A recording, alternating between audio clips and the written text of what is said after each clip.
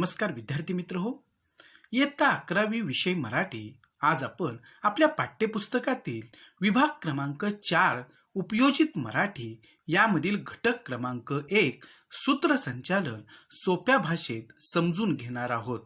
विद्यार्थी मित्र हो, सूत्रसंचालन हा घटक तुम्हाला सर्वांना उपयोगी पडणार आहे. सूत्रसंचालन ही जशी एक कला आहे तसेच ते शास्त्रही आहे आणि शास्त्र म्हणून जर तुम्ही सूत्रसंचालन समजून घेतलं तर ते कसं करायचं असतं आणि कशा प्रकारे ते पार पाडायचं असतं हे तुम्हाला नक्की समजू शकेल. जीवनाच्या विविध क्षेत्रांमध्ये तुम्ही जेव्हा काम कराल तेव्हा तुमच्यावरती जेव्हा एखाद्या कार्यक्रमाच्या सूत्रसंचालनाची जबाबदारी येईल तेव्हा तुम्ही हे शास्त्र समजून घेतलेलं असल्यामुळं तुम्ही सुद्धा अतिशय चांगल्या प्रकारचं सूत्रसंचालन करू शकाल आणि म्हणून हा घटक तुमच्यासाठी महत्त्वाचा आहे. आता आपण सूत्रसंचालन या घटकाची सविस्तर माहिती घेऊया. प्रत्येक कार्यक्रमाचे स्वरूप आणि कालावधी निश्चित असतो. म्हणजे कार्यक्रमाचं एक स्वरूप ठरलेलं असतं. कसा सुरू होणार आहे कार्यक्रम आणि तो कसा संपणार आहे, किती वेळ लागणार आहे त्या कार्यक्रमाला, हे सगळं ठरलेलं असतं. त्याचं प्रतिबिंब आपणास कार्यक्रम पत्रिकेत पाहायला मिळते आणि एकंदरीतच कार्यक्रमाचे सगळे घटक जे असतात म्हणजे सुरुवातीपासून ते शेवटपर्यंत तो जो क्रम असतो कार्यक्रमाचा तर तो कार्यक्रम पत्रिकेमध्ये नमूद केलेला असतो आणि त्या कार्यक्रम पत्रिकेप्रमाणे कार्यक्रम सुरू होणार असतो आणि त्याचा समारोप सुद्धा होणार असतो. कार्यक्रम पत्रिकेतील नियोजनानुसार प्रारंभ करून प्रत्येक टप्प्यावर क्रमबद्ध पद्धतीने निवेदन करत कार्यक्रमाची यशस्वी सांगता करणे म्हणजे सूत्रसंचालन होय. आणि याच कार्यक्रम पत्रिकेतील नियोजनानुसार सुरुवात करायची, प्रत्येक टप्प्यावरती क्रमबद्ध पद्धतीनं निवेदन करत करत पुढे जायचं आणि कार्यक्रमाची यशस्वी सांगता करायची, यालाच सूत्रसंचालन असं म्हटलं जातं. कार्यक्रमाची मूळ संकल्पना नजरेसमोर ठेवून तो कार्यक्रम एका सूत्रात बांधत कार्यक्रमाचे शिस्तबद्ध संचालन करतो तो सूत्रसंचालक होय. तुम्ही जेव्हा शाळेमध्ये किंवा तुमच्या ज्युनियर कॉलेजमध्ये अशा प्रकारचे कार्यक्रम जेव्हा पाहता तेव्हा तुम्हाला या कार्यक्रमामध्ये जो सूत्रसंचालक असतो तर त्याच्याकडे ह्या कार्यक्रमाची कार्यक्रम पत्रिका असलेली तुम्हाला लक्षात येईल आणि या कार्यक्रम पत्रिकेप्रमाणे तो जो सूत्रसंचालक असतो तो कार्यक्रम पुढे घेऊन जात असतो आणि कार्यक्रमाची जी मूळ संकल्पना आहे तर त्या संकल्पनेप्रमाणे संपूर्ण कार्यक्रमाला एका सूत्रामध्ये बांधून ठेवण्याचं अतिशय शिस्तबद्ध असं नियोजन सूत्रसंचालकाला करावं लागतं आणि हे काम सूत्रसंचालक जेवढ्या जबाबदारीनं पाडेल तेवढं त्याचं सूत्रसंचालन अधिक चांगलं होत असतं, कार्यक्रम अधिक यशस्वी होत असतो. कार्यक्रमातील सर्व प्रसंगांना कौशल्याने एकत्र बांधून कार्यक्रम नावाचे चित्र देखणे, अभिरुची संपन्न आणि परिणामकारक करण्याचं काम सूत्रसंचालक करतो आणि अशा प्रकारे कार्यक्रमातील जे विविध प्रसंग असतात त्या सगळ्यांना आपल्या विशिष्ट अशा कौशल्यानं एकत्र बांधण्याचं काम, त्याला एक देखणं रूप देण्याचं काम, कार्यक्रम अतिशय अभिरुची संपन्न, कुठल्याही प्रकारचा कंटाळवाणेपणा कार्यक्रमामध्ये न आणता अतिशय चैतन्य कार्यक्रमामध्ये सुरुवातीपासून शेवटपर्यंत ठेवणं आणि अतिशय परिणामकारकपणे हे सूत्रसंचालन करत कार्यक्रम यशस्वी करणं हे सूत्रसंचालकाचं काम असतं. विद्यार्थी मित्र हो, अशा प्रकारचं सूत्रसंचालन करण्याची जबाबदारी तुमच्यावरती जेव्हा पडेल तेव्हा तुमचं सुद्धा एक वेगळं व्यक्तिमत्व जे आहे ते सगळ्यांच्या समोर जात असतं आणि म्हणून ही सूत्रसंचालनाची कला तुम्ही समजून घेणं फार गरजेचं आहे. आज सामाजिक, शैक्षणिक, साहित्यिक, सांगीतिक अशा वेगवेगळ्या क्षेत्रांमध्ये विविध स्वरूपाच्या कार्यक्रमांचं आयोजन केलं जातं. आज जर आपण बघितलं तर समाज जीवनामध्ये, शैक्षणिक क्षेत्रामध्ये, साहित्यिक क्षेत्रामध्ये, संगीत विषयक अनेक कार्यक्रमांमध्ये ह्या विविध स्वरूपांचं जे काही कार्यक्रम असतात तर ते आयोजित केलेले असतात. हे कार्यक्रम सुनियोजितपणे आणि नीटनेटक्या पद्धतीने संपन्न होण्यात सूत्रसंचालकाची भूमिका अतिशय महत्त्वाची असते आणि हा कार्यक्रम जो आहे तो अतिशय नियोजनबद्धरित्या नीटनेटक्या पद्धतीनं संपन्न करणं ह्याची सगळी जबाबदारी जी असतात तर ती सगळी जबाबदारी सूत्रसंचालकाची असते आणि सूत्रसंचालक आपली भूमिका ज्या पद्धतीनं पार पाडतो त्याच्यावरती त्या कार्यक्रमाची यशस्वीता अवलंबून असते. याचाच अर्थ असा की कार्यक्रमामध्ये सूत्रसंचालकाची असणारी भूमिका अतिशय महत्त्वाची असते. चांगल्या सूत्रसंचालनामुळे कार्यक्रम देखणा आणि बहारदार होतो. आपण आत्तापर्यंत अनेक कार्यक्रम पाहिलेले असतील, टी व्हीवरती पाहिलेले असतील, काही लाईव्ह शो तुम्ही पाहिलेले असतील, काही प्रत्यक्ष तुमच्या शाळा कॉलेजेसमध्ये कार्यक्रम बघितलेले असतील तर तिथं सूत्रसंचालन करणारी व्यक्ती ज्या पद्धतीनं सूत्रसंचालन करत असते तर त्यामुळं जो काही उत्साह निर्माण होत असतो किंवा ज्या पद्धतीनं तो कार्यक्रम पुढे घेऊन जाण्याचं कौशल्य सूत्रसंचालक पार पाडत असतो त्यामुळं तो कार्यक्रम उठावदार दिसत असतो, अधिक नीटनेटका वाटत असतो आणि सगळ्यांनाच त्या कार्यक्रमाचा एक आनंद जो आहे, आस्वाद जो आहे तो घेत असतो आणि कार्यक्रमाची मूळ संकल्पना हा सूत्रसंचालक सहजपणे व्यासपीठावरील मान्यवरांच्या ठिकाणी आणि त्याचबरोबर जे श्रोते आहेत त्यांच्यापर्यंत सुद्धा पोहोचवत असतो आणि अशा प्रकारचं यशस्वी सूत्रसंचालन करणं ही एक कला आहे आणि ती सरावानं आत्मसात करता येते. कोणत्याही कार्यक्रमात महत्वाचे असतात ते अतिथी, वक्ते, कलावंत आणि श्रोते. कार्यक्रम म्हटला की तिथं प्रमुख पाहुणे असतात, वक्ते असतात, कलावंत असतात आणि श्रोते सुद्धा असतात.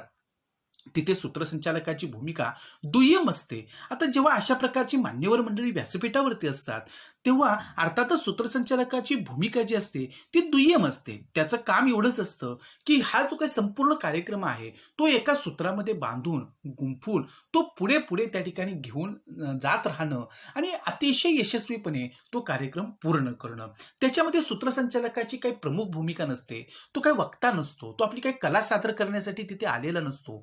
परंतु त्याची जरी भूमिका दुय्यम असली तरी तो कार्यक्रमातला एक अत्यंत महत्वाचा घटक असतो. परंतु कार्यक्रमाचा आशय नेमकेपणाने पोहोचवणारी शैली, कार्यक्रमातील भागांची गुंफण करण्याचं कौशल्य आणि निवेदनातील परिणामकारकता यामुळे वक्ते, अतिथी आणि गायक यांच्या इतकाच लक्षात राहतो तो सूत्रसंचालक. आपण टीव्हीवरील विविध कार्यक्रम जेव्हा आता पाहतो मग ते हिंदी चॅनेलवरती असू देत, मराठी चॅनेलवरती असू देत की काही पारितोषिक सोहळे असतात आणि या सोहळ्यांमध्ये असेल किंवा काही संगीतविषयक कार्यक्रम असतात, काही गप्पा टप्पांचा कार्यक्रम असतो, काही साहित्यविषयक काही कार्यक्रम असतात. हे जेव्हा कार्यक्रम आपण पाहतो तेव्हा तिथे आपल्याला ह्या सगळ्या मान्यवरांच्या सोबत त्या कार्यक्रमाचं एक सूत्रसंचालन करणारी जी व्यक्ती असते ती सुद्धा आपल्या विशेष लक्षात राहत असते आणि आजच्या काळामध्ये सूत्रसंचालकाला एक वेगळं वलय प्राप्त झालेलं आहे, एक वेगळी प्रसिद्धी, ग्लॅमर जे आहे ते सुद्धा प्राप्त झालेलं आहे आणि म्हणून या क्षेत्रामध्ये जर करिअर करायचं ठरवलं तर ते सुद्धा करता येऊ शकतं. इतकी सूत्रसंचालकाची गरज आज विविध कार्यक्रमांमध्ये भासते. त्यामुळे सूत्रसंचालक हा केवळ 2 भागातील दुवा नसतो आणि मग हे वक्ते असतील, अतिथी असतील, गायक असतील आणि त्याचबरोबर समोर असणारे जे श्रोते असतील या सगळ्यांमधील एक दुवा म्हणून सूत्रसंचालक जरी काम करत असला तरी सुद्धा तो फक्त दुवा नसतो तर एका भागातून दुसऱ्या भागाकडे जाताना सर्व कार्यक्रम चैतन्यमय करणारा सूत्रधार असतो आणि प्रत्येक संपूर्ण कार्यक्रमामध्ये एक चैतन्य निर्माण करणारा, एक उत्साह निर्माण करणारा, सगळ्या कार्यक्रमाचा आनंद जो आहे तो सगळ्यांच्यापर्यंत पोहोचवणारा असा तो सूत्रधार असतो. कार्यक्रम सुंदर, नेटका आणि अप्रतिम झाला ही अप्रत्यक्षपणे सूत्रसंचालनाला मिळालेली दादच असते आणि जेव्हा अशा प्रकारचा एक सुंदर कार्यक्रम आपण पाहतो तेव्हा सहज आपल्या तोंडातून उद्गार निघतात की कार्यक्रम सुंदर होता, नेटका होता, अप्रतिम झाला. एक प्रकारे त्या सूत्रसंचालनाला मिळालेली ती दाद असते आणि अशी दाद मिळवणं हे फार मोठं कौशल्याचं काम आहे आणि हे कौशल्य सरावानं, आपल्या मेहनतीनं सूत्रसंचालकाला प्राप्त करता येतं. फक्त त्यासाठी जिद्द असावी लागते. आता या सूत्रसंचालनाचं स्वरूप आपण समजून घेऊ. सूत्रसंचालन ही जशी एक कला आहे तसेच ते एक शास्त्र सुद्धा आहे. पहा, ही जशी कला आहे तसंच ते एक शास्त्र आहे आणि ते शास्त्र म्हणून सुद्धा आपण समजून घेतलं पाहिजे. कार्यक्रमांच्या तपशिलांचा अभ्यास म्हणजे कार्यक्रमामध्ये ज्या गोष्टी होणार आहेत त्यातला प्रत्येक तपशील सूत्रसंचालकाला माहिती असला पाहिजे. त्या प्रत्येक गोष्टीचा अभ्यास त्यानं करायला हवा, त्याचं योग्य नियोजन करायला पाहिजे. त्या संपूर्ण कार्यक्रमाचा एक क्रम जो आहे तो निश्चित करायला पाहिजे. शिष्टाचार पालन ही फार मोठी जबाबदारीचं काम असतं सूत्रसंचालकाचं. कारण व्यासपीठावरती मान्यवर असतील, समोर बसणारे रसिक श्रोते असतील तर इथे त्या ठिकाणी आपण कसा शिष्टाचार पाळतो त्या संपूर्ण कार्यक्रमामध्ये त्यावरून त्या कार्यक्रमाची एक उंची जी आहे तर ती वाढत असते. औपचारिकता निभावणं, काही गोष्टी औपचारिकतेच्या असतात त्या सुद्धा आपल्याला पार पाडायच्या असतात.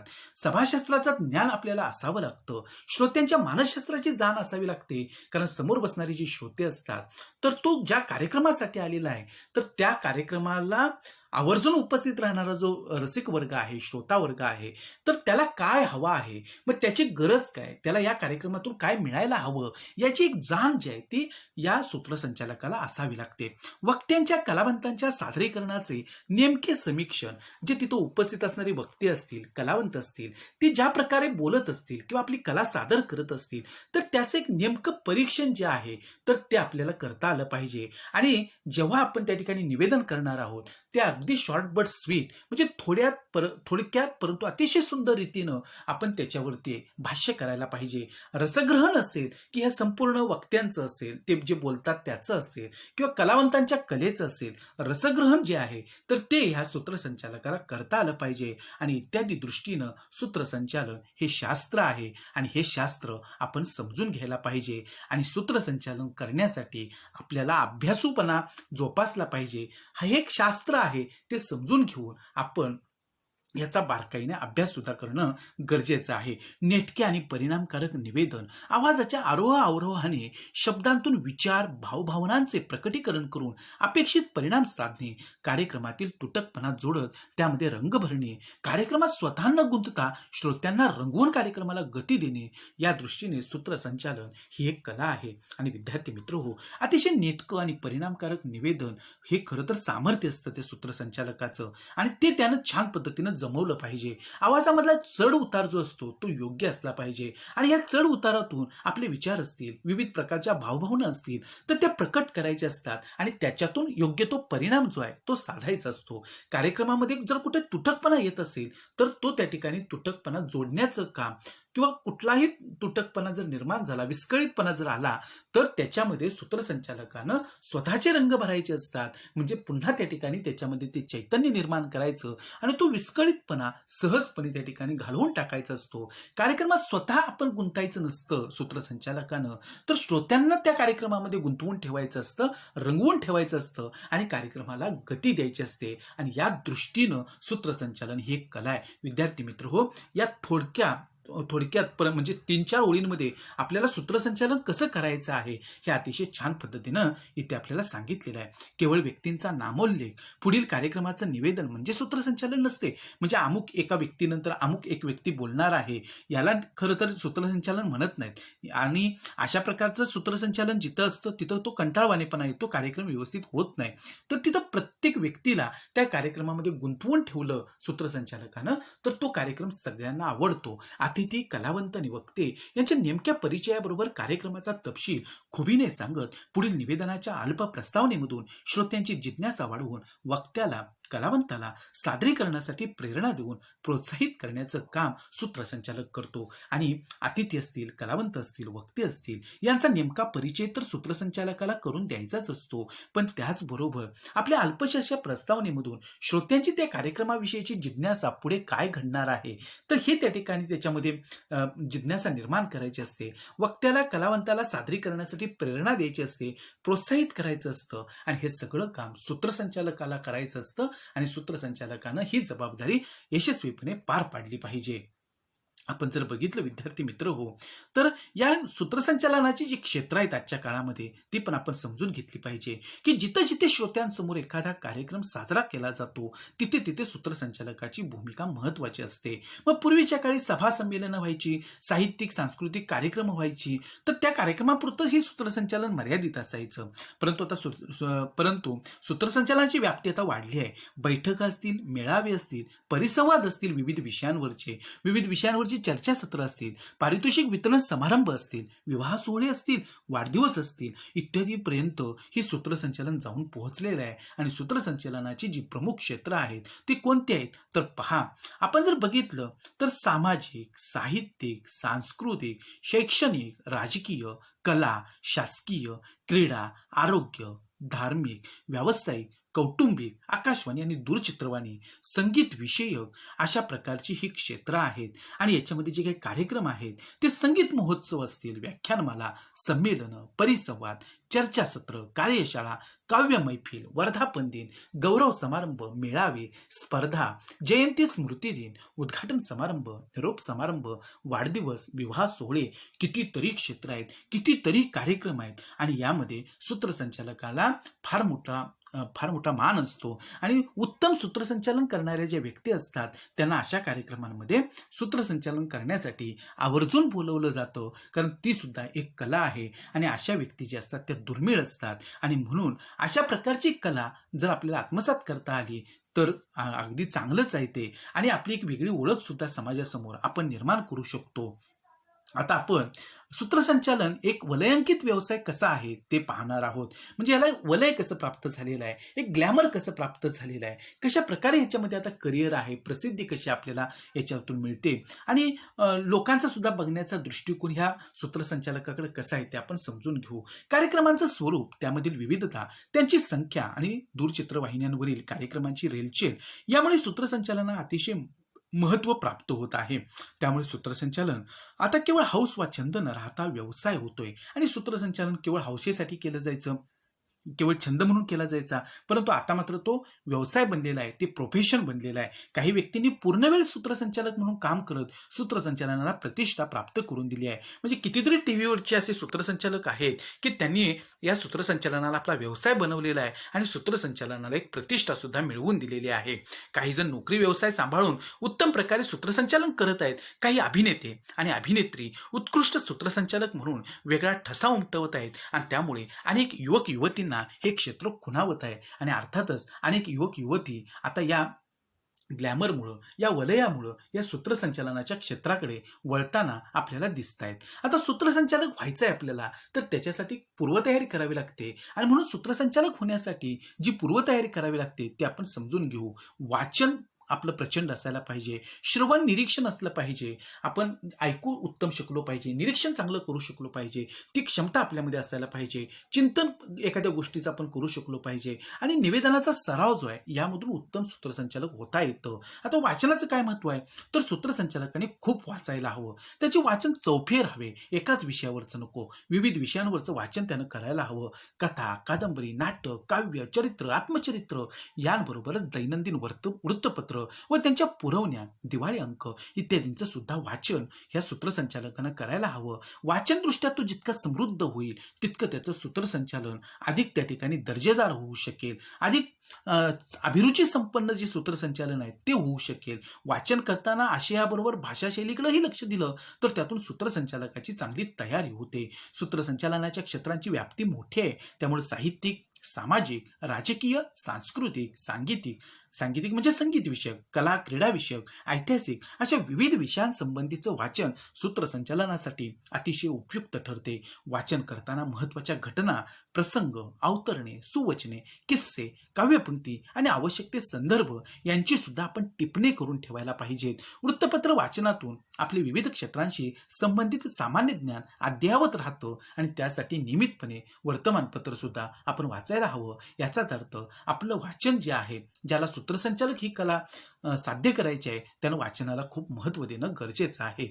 त्याचबरोबर मराठीबरोबर हिंदी, इंग्रजी आणि उर्दू भाषेतील काही अवतरणं आपल्याला मुखोद्गत असायला पाहिजेत. त्यांचा वापर आपल्याला करता येतो आपल्या सूत्रसंचालनामध्ये, आणि आपलं सूत्रसंचालन अधिक प्रभावी होत असतं. काव्यपंक्ती असतील, शेरोशायरी असतील यांचाही संग्रह आपण केला पाहिजे, आणि गरजेनुसार त्यांचा समर्पकपणे उपयोग सुद्धा आपण करू शकलो पाहिजे. वाचनाचे दोन भाग पडतात, एक म्हणजे सातत्यानं करायचं आणि विविध विषयांसंबंधीचं वाचन, आणि दुसरं म्हणजे त्या कार्यक्रमाच्या अनुषंगाने करायचं वाचन. म्हणजे सातत्यानं आपण जे वाचन करतो ते वाचन की जे आपल्याला उपयोगी सगळ्या क्षेत्रासाठी पडतं, आणि जो कार्यक्रम आपण करणार आहोत त्या कार्यक्रमाच्या अनुषंगानं सुद्धा काही वाचन आपल्याला करावं लागतं. वाचनाचे दोन्ही प्रकार परस्परांशी पूरक आहेत, आणि हे दोन्ही प्रकार जे आहेत ते परस्परांशी पूरक आहेत, आवश्यक आहेत.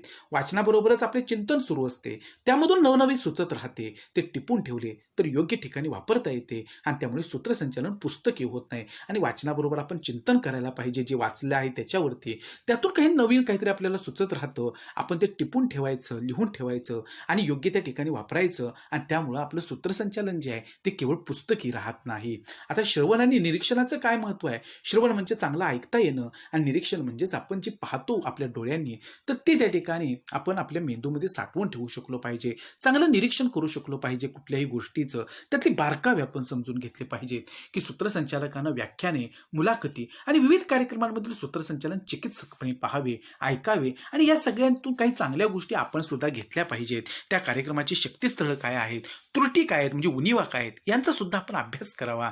त्यामधून आपली शक्तीस्थळे बळकट करावीत आणि आपल्याकडे जे आहे ते अधिक बळकट कसं बनवता येईल हे सुद्धा आपण पाहिलं पाहिजे. त्रुटी दूर कराव्यात. दुसऱ्यांच्या चांगल्या गोष्टींतून जसं शिकता येते तसेच त्यांच्या चुकांमधून सुद्धा शिकता येते. आणि सूत्रसंचालन करणारे जे अनेक व्यक्ती असतात त्यांचे कार्यक्रम पाहिल्यानंतर त्यांच्याकडे कुठल्याच सामर्थ्यशाली गोष्टी आहेत आणि कोणत्या उणिवा आहेत, मग सामर्थ्यशाली गोष्टी आपल्यामध्ये कशा घेता येतील, त्यांच्या ज्या होणाऱ्या चुका असतील त्या आपल्याला कशा टाळता येतील, असं बरंच काही शिकता येतं. सूत्रसंचालकांसाठी हा अभ्यासच असतो आणि अशा प्रकारचं कार्यक्रम पाहणं, सूत्रसंचालकांचं सूत्रसंचालन अभ्यासणं हा सुद्धा सूत्रसंचालकांसाठी एक अभ्यासच असतो. आता दूरचित्रवाणीवर, आकाशवाणीवर कार्यक्रमांची रेलचेल असते, ते पाहावेत, ऐकावेत. नामवंत सूत्रसंचालक निवेदन यांचे श्रवण आणि निरीक्षणातून शब्दफेक, देहबोली, सभाधितपणा, सहजता, उत्स्फूर्तता, निवेदन कौशल्य, प्रसंगावधान, संवादशैली किती गोष्टी आपल्याला समजू शकतात. अनेक कौशल्य शिकता येतात. यूट्यूबवरही अनेक कार्यक्रम उपलब्ध असतात आणि यूट्यूब चॅनेलवरती सुद्धा आपल्याला अशा प्रकारचे अनेक कार्यक्रम सहज उपलब्ध असतात. ते पुन्हा पुन्हा पाहता, ऐकता येतात आणि स्वतःची जी निवेदन शैली आहे ती घडवण्यासाठी त्यांचा फायदा होतो आणि हे आपण त्या ठिकाणी शिकलो पाहिजे, समजून घेऊ शकलो पाहिजे. आवाजाची जोपासना, सूत्रसंचालकाचा अभ्यास आणि व्यासंग पोहोचतो तो त्याच्या आवाजाच्या माध्यमातून आणि सूत्रसंचालक जो असतो त्याचा जो अभ्यास आहे किंवा त्याचा जो व्यासंग आहे, विविध विषयाची त्यांना जी आवड आहे तर ती त्या ठिकाणी आवाजाच्या माध्यमातून सगळ्यांच्यापर्यंत पोहोचत असतो. त्यासाठी सूत्रसंचालकाला आवाज तयार करावा लागतो, घडवावा लागतो आणि त्याची जोपासना करावी लागते. आणि मग आरोह अवरोह कसे असले पाहिजेत आवाजामध्ये, आपण जे बोलतो आहोत ते कशा पद्धतीने आपण बोलू शकलो पाहिजे, कशा पद्धतीने आपल्या बोलण्यामध्ये प्रभावीपणा आणता येऊ शकेल हे त्या ठिकाणी आपण समजून घेतलं पाहिजे. प्रकट वाचन, कविता वाचन, अभिवाचन, पठण यांमधून उच्चार स्पष्टता, उच्चार शुद्धता, निवेदनातील आरोह अवरोह यांचा सुद्धा आपण सराव करू शकलो पाहिजे. आत्ता मी जे तुम्हाला वाचून दाखवतो आहे, आत्ता मी जे तुम्हाला सांगतो आहे तर त्या पद्धतीनं आपण सुद्धा आपले उच्चार कसे शुद्ध होतील, आपण कशा पद्धतीने या सगळ्या उच्चारांमध्ये सुधारणा करू शकतो आणि आपल्या देहबोलीला अनुसरून आपला आवाज जो आहे तर तो श्रोत्यांना कसा आवडेल या दृष्टीनं आपण आपल्या आवाजामध्ये सुधारणा करू शकतो. आवाजाची गती, लय ही श्वासावर अवलंबून असते आणि त्यासाठी योग आणि प्राणायाम उपयुक्त ठरतात. आता आवाज विकसनाचे आणि जोपासण्याचं शास्त्रही विकसित झालं आहे आणि त्यासंबंधी अधिक माहिती घेऊन आवाजासंबंधी योग्य ती दक्षता घ्यावी, आवश्यक ती पथ्ये पाळावेत आणि आवाज जो आहे तो कायमस्वरूपी चांगल्या पद्धतीनं टिकवून ठेवणं, त्याचा विकास करणं, तो आवाज जोपासणं याचं सुद्धा एक विशिष्ट शास्त्र आहे आणि या शास्त्राविषयी आपण जाणून घेतलं पाहिजे. आणि त्यासाठी जर काही पथ्य पाळणं गरजेचं असेल आपला आवाज अधिक चांगला होण्यासाठी तर ती सुद्धा आपण पाळली पाहिजेत. आता ध्वनिवर्धकाच्या वापराचा सराव, आता आपल्याकडे जो माईक असतो, ध्वनिवर्धक जो असतो की त्याचाही वापर आपण कशा पद्धतीने करतो याच्यावरती ती सूत्रसंचालनाचा प्रभावीपणा अवलंबून असतो आणि म्हणून ध्वनिक्षेपकाचं चांगलं ज्ञान आपल्याला सूत्रसंचालक म्हणून असायला पाहिजे. ध्वनिवर्धकाचा वापर ही बाब तांत्रिक वाटत असली तरी निवेदनाची परिणामकारकता ध्वनिवर्धकाच्या वापरावर अवलंबून असते आणि ध्वनिवर्धक ही बाब जरी आपल्याला तांत्रिक वाटत असली तरी आपला आवाज श्रोत्यांपर्यंत पोहोचवण्याचं काम जर कोण करणार असेल तर तो ध्वनिवर्धक करतो आणि म्हणून हा ध्वनिवर्धक जो आहे तो अतिशय चांगला असला पाहिजे.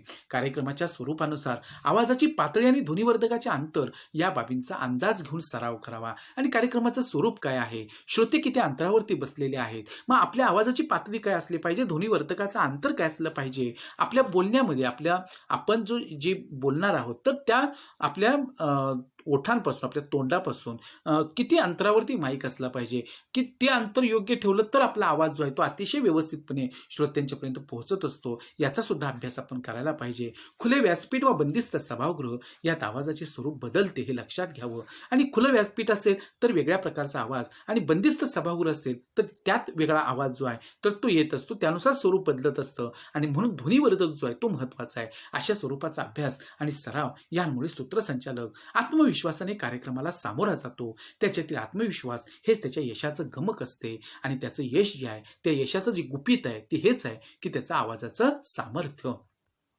विद्यार्थी मित्र हो, आता आपण सूत्रसंचालन करण्यापूर्वी काय लक्षात घ्यायला पाहिजे तेही समजून घेऊ. एखाद्या कार्यक्रमाचं सूत्रसंचालन करण्यापूर्वी खालीलप्रमाणे आपल्याला पूर्वतयारी करणं अपेक्षित असतं. आता ती कोणती पूर्वतयारी असते? तर कार्यक्रमाचा विषय, स्थळ, तारीख, वेळ, अध्यक्ष, अतिथी, वक्ते, कलावंत, श्रोतृवर्ग इत्यादींबाबत तपशिलाने आपण माहिती घेतली पाहिजे. कारण ती सूत्रसंचालकाची जबाबदारी असते. कारण कार्यक्रम सुरू होण्यापासून ते संपेपर्यंत त्या व्यासपीठाचा संपूर्ण ताबा जो आहे तो सूत्रसंचालकाने घ्यायचा असतो आणि त्याच्याशी संबंधित इत्यंभूत माहिती जी आहे तर ती आपल्याला असायला पाहिजे. कार्यक्रम पत्रिका समजून घ्यावी.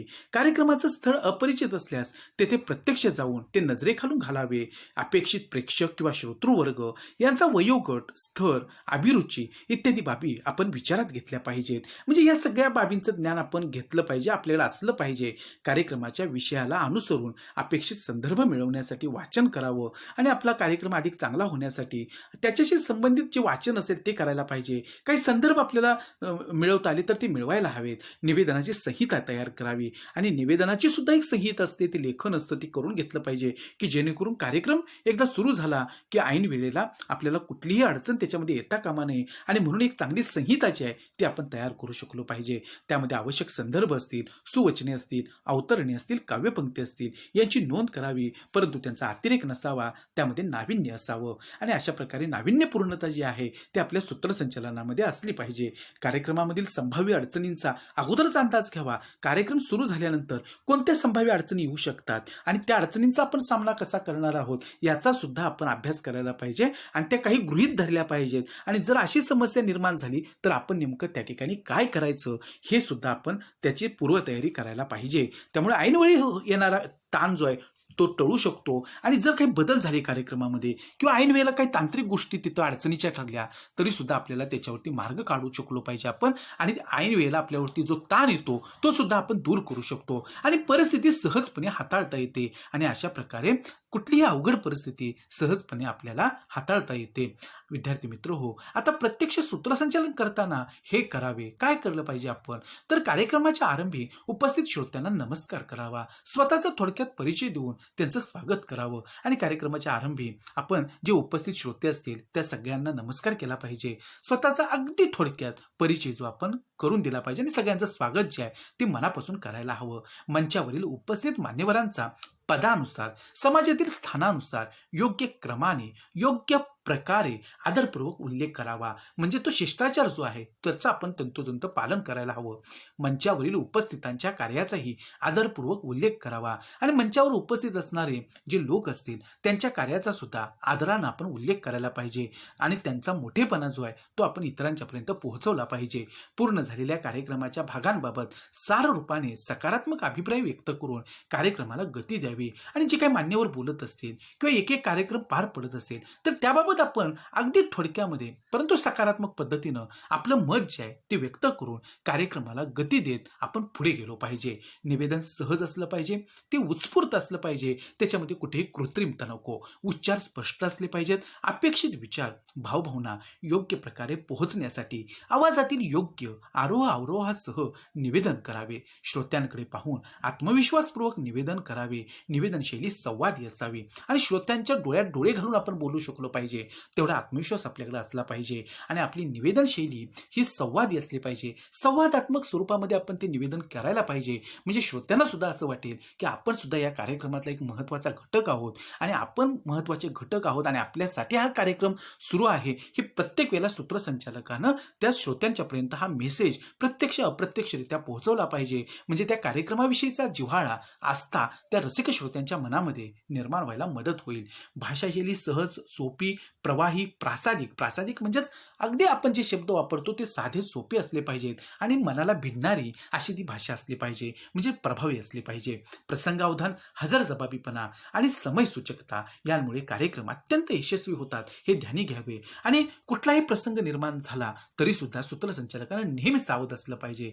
कुठलीही गोष्ट असेल तर तिथं तत्काळ आपल्याला काही गोष्टी करायच्या असतात, काही बोलायच्या असतात, तो हजरजबाबीपणा असला पाहिजे. आणि समयसूचकता म्हणजे एखादी गोष्ट वेळ मारून नेणं किंवा त्या वेळेला ती गोष्ट लगेच त्या ठिकाणी जुळवून घेणं, ही समयसूचकता सुद्धा कार्यक्रम यशस्वी करत असतात. आणि म्हणून या गोष्टी महत्त्वाच्या आहेत. श्रोत्यांमधील जाणकार, तज्ज्ञ यांचा आदरपूर्वक उल्लेख करावा. आणि श्रोत्यांमध्ये जे जाणकार असतात, तज्ज्ञ मंडळी असतात, त्यांचा सुद्धा आदरपूर्वक उल्लेख आपल्या सूत्रसंचालनामध्ये आपण केला पाहिजे. नजर चुकीने एखादी त्रुटी, उणीव राहिल्यास तत्परतेने दिलगिरी व्यक्त करावी. आणि त्याचबरोबर नजर चुकीने एखादी त्रुटी किंवा उणीव, कमतरता काही निर्माण झाली तरी सुद्धा आपण तत्परतेनं ही दिलगिरी जी आहे, क्षमा जी आहे, तर ती मागितली पाहिजे, व्यक्त केली पाहिजे. सूत्रसंचालन करताना कार्यक्रमाच्या स्वरूपानुसार भाषाशैलीत बदल करावा. आणि सूत्रसंचालन करत असताना कार्यक्रमाचं जे स्वरूप आहे त्या स्वरूपानुसार आपण भाषाशैलीमध्ये योग्य तो बदल सुद्धा करू शकलो पाहिजे. उदाहरणार्थ गौरव समारंभ असेल तर त्याची भाषाशैली वेगळी आहे. आणि शोकसभा असेल तर तिथं आपण ज्या आवाजाच्या खालच्या पातळीमध्ये, पट्टीमध्ये बोलायला हवं त्याचं भान आपल्याला असायला पाहिजे. मग ते सूत्रसंचालन करताना याचं सुद्धा या गोष्टीसुद्धा आपण लक्षात ठेवल्या पाहिजेत. ती भाषाशैली आपण त्या पद्धतीची वापरायला हवी. कार्यक्रम संपल्यानंतर आत्मपरीक्षण करून पुढील कार्यक्रमात त्यानुसार आवश्यक ते बदल करावेत. आणि कार्यक्रम झाल्यानंतर स्वतःच आपण आत्मपरीक्षण केलं पाहिजे आणि पुढील कार्यक्रमामध्ये त्यानुसार आवश्यक ते बदलसुद्धा आपण करू शकलो पाहिजे. आता प्रत्यक्ष सूत्रसंचालन करताना कोणत्या गोष्टी टाळल्या पाहिजेत तर निवेदन करताना अनावश्यक कृती, हालचाली टाळाव्यात. निवेदन करत असताना अनावश्यक कृती आपल्याकडून होत असतील, हालचाली होत असतील तर त्यासुद्धा आपण टाळल्या पाहिजेत. बोलण्याची गती एकदम कमी वा जास्त असू नये. बोलत असताना एकदम कमी गती आपल्या बोलण्याची असू नये किंवा एकदम जास्त सुद्धा असू नये. आवाजाची पातळी सुद्धा एकदम कमी वा जास्त असू नये. आपला आवाज सुद्धा अगदी ज्या पद्धतीनं आपण आवाजाच्या पट्टीमध्ये बोलणार आहोत तर ती एकदमच कमी किंवा एकदमच जास्त अशी ठेवू नये. निवेदन वाचून दाखवू नये. आणि निवेदन हे सहज असावं, त्याच्यामध्ये कृत्रिमता असू नये, वाचून दाखवू नये. आपण सहजपणे संवाद साधू शकलो पाहिजे. निवेदनात अवतरणे, काव्यपंक्ती यांचा अतिरेक टाळावा. आणि निवेदनामध्ये नेहमीच वेगवेगळ्या प्रकारचे विचार किंवा सुविचार किंवा बोधवाक्य घेणं किंवा काही काव्यपंक्तींचा वापर वारंवार करणं तर अतिरेक टाळावा. योग्य त्या प्रमाणामध्ये त्यांचा उपयोग करावा. तसेच त्यांचा पुन्हा पुन्हा वापर टाळावा आणि पुन्हा पुन्हा त्यांचा आपण वापर टाळला पाहिजे. निवेदन पाल्हाळिक होऊ नये याची दक्षता घ्यावी. आणि तोपणा आला आणि निवेदन जर पाल्हाळिक बनलं तर तो कार्यक्रम यशस्वी होणार नाही. म्हणून हा पाल्हाळिकपणा आपल्या बोलण्यामध्ये असता कामा नये. निवेदकाने स्वतःबद्दल बोलणे टाळावे. आणि काही वेळेला आपल्याकडून आपल्याविषयी बोललं जाऊ शकतं. निवेदकानं हे बंधन आपल्यावरती घालून घ्यायचं आहे की इथे आपण कार्यक्रम पार पाडतो आहोत, कार्यक्रम गतीनं पुढे घेऊन जाण्याची जबाबदारी आपल्यावरती आहे. आणि इथे आपण स्वतःबद्दल बोलणं नेहमीच टाळलं पाहिजे. वक्त्यांच्या बोलण्यातील आशयाची उगीच पुनरावृत्ती करू नये. आणि वक्ते जे बोलतात तेच वारंवार आपण सुद्धा त्या ठिकाणी बोलून दाखवता कामा नये. दोन वक्त्यांची, कलावंतांची तुलना करू नये. अमुक एखादा वक्ता कसा श्रेष्ठ आहे किंवा दुसरा कसा कनिष्ठ आहे असं सुद्धा आपण तुलना करता कामा नये. कलावंतांची तुलना आपण करता कामा नये. आणि अशा प्रकारे आपण काही गोष्टी ज्या आहेत तर त्या टाळल्या पाहिजेत. आता कार्यक्रम पत्रिकेचे जे नमुने आहेत ते सुद्धा आपल्याला इथं दिलेले आहेत. आता हे नमुने जे आहेत हे फार महत्त्वाचे आहेत. आता कार्यक्रम पत्रिका ह्या कार्यक्रमानुसार वेगवेगळ्या पद्धतीनं आपल्याला तयार करायचे असतात. आता बघा, पहिली वार्षिक स्नेहसंमेलनाची कार्यक्रम पत्रिका आहे. आता याच्यामध्ये सूत्रसंचालकाला सुरुवातीला पूर्वकथन करायचं आहे शिष्टाचारासह. त्यानंतर दीपप्रज्वलनाचा कार्यक्रम असेल, त्यानंतर स्वागत गीत असतं, पाहुण्यांचा परिचय व पाहुण्यांचे स्वागत, नंतर प्रास्ताविक येईल, अहवाल वाचन म्हणजे वार्षिक हा कार्यक्रम असल्यामुळं संपूर्ण त्या वर्षभरातील जी काही कामगिरी असेल तर त्याचं जे अहवाल वाचन आहे तर ते इथं केलं जाईल. त्यानंतर विद्यार्थी गुणगौरव पारितोषिक वितरण समारंभ होईल. या कार्यक्रमाला उपस्थित असणाऱ्या प्रमुख अतिथींचं मनोगत होईल आणि या कार्यक्रमाचे जे अध्यक्ष असतात त्यांचंही मनोगत होईल. आणि शेवटी आभार प्रदर्शनानं या कार्यक्रमाची सांगता होईल. आता जर समजा एखाद्या पुस्तकाचा प्रकाशन समारंभ असेल तर त्याची कार्यक्रम पत्रिका कशा पद्धतीनं तयार होईल तर पूर्वकथन आपण इथं करायचं आहे शिष्टाचारासह. त्यानंतर या कार्यक्रमामध्ये आपण दीपप्रज्वलन करून घ्यायचं आहे. त्यानंतर पाहुण्यांचा परिचय व पाहुण्यांचे स्वागत की जे या प्रकाशन सोहळ्यासाठी उपस्थित आहेत तर त्यांचं करायचं आहे. त्यानंतर प्रास्ताविक असेल की जे काही प्रकाशक असतील ते प्रकाशक तिथं मनोगत व्यक्त करतील. त्यानंतर लेखकांचं मनोगत जे आहे ते होईल. पुस्तकाचं प्रकाशन मान्यवरांच्या हस्ते होईल. पुस्तकावरील भाष्य त्या ठिकाणी केलं जाईल, थोडक्यात माहिती दिली जाईल.